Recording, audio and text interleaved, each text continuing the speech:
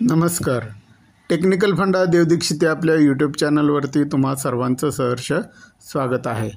माझी लाडकी बहीण ही मुख्यमंत्री एकनाथजी शिंदे यांनी चालू केलेली योजना 1 जुलैपासून अंमलात आली आणि या योजनेला महाराष्ट्रातील सर्व महिला वर्गाकडून भरघोस आणि प्रचंड असा चांगल्या प्रकारचा प्रतिसाद मिळाला आणि या योजनेतली बरीच मोठी रक्कम ही महिला वर्गाला भेटलेली आहे. महायुतीच्या शासनाबाबत महिला वर्गांमध्ये अत्यंत समाधानाचं वातावरण पसरलेलं आहे आणि आता सध्या निवडणुका आहेत आणि या निवडणुकीच्या काळामध्ये महाविकास आघाडीनं देखील महिलांसाठी एक दणदणीत आणि नवी कोरी अशी योजना आणली आहे आणि ती योजना म्हणजे महालक्ष्मी योजना.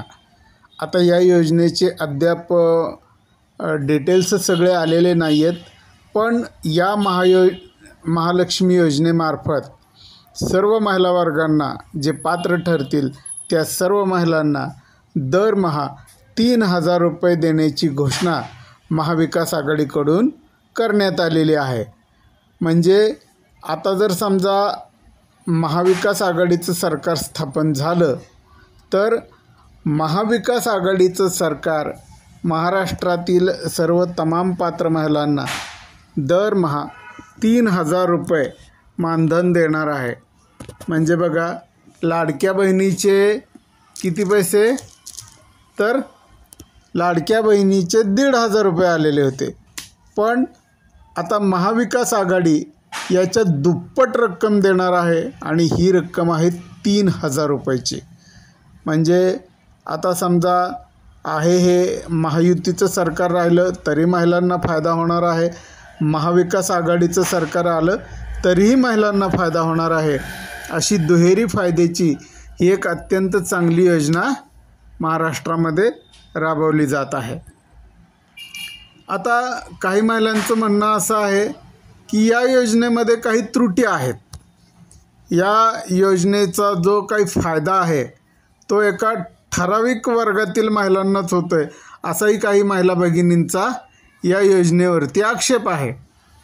तर या योजनेमध्ये जर आपण थोडंसं बारकाईनं पाहिलं तर काही अटी आणि शर्तीसुद्धा ठेवलेल्या होत्या सुरुवातीला, ज्या की वेळोवेळी सुधारित करण्यात आल्या किंवा शिथिल करण्यात आल्या. पण या अटींमुळं बऱ्याचशा महिलांना त्याचा फायदा घेता आला नाही. आता काही महिलांचं म्हणणं असं होतं की आम्हाला शेती खूप मोठ्या प्रचंड प्रमाणात आहे आणि त्यामुळं आम्हाला या योजनेमध्ये सहभागी होता येणार नाही का, मग त्यामुळे शासनानं शेतीची 5 एकरची अटच काढून टाकली. मग काही महिलांनी पुन्हा असा एक प्रश्न उपस्थित केला की आमच्याकडं सेकंड हँड गाडी आहे, ती आम्ही जुनी कर्ज काढून घेतलेली आहे आणि मग आम्हाला या योजनेचा लाभ मिळणार नाही का.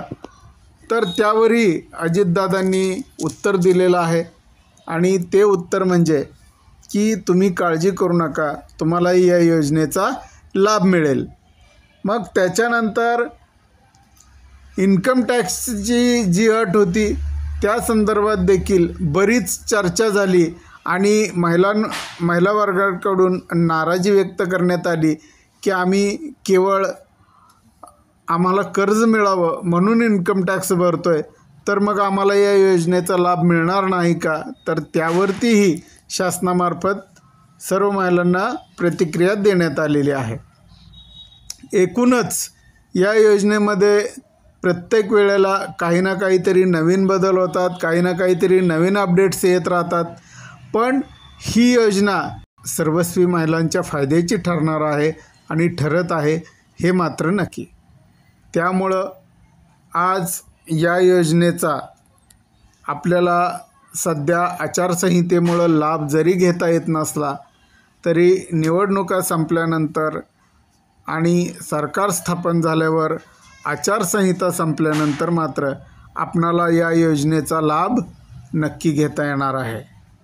त्यामुळं सर्व तमाम महिला वर्गांना आमची विनंती आहे की आत्तापर्यंत या माझी लाडकी बहीण योजनेतील पैसे ज्याप्रमाणे तुम्हाला मिळालेले आहेत त्याचप्रमाणे इथूनही पुढं तुम्हाला पैसे मिळणार आहेत आणि पैसे मिळत राहणार आहेत.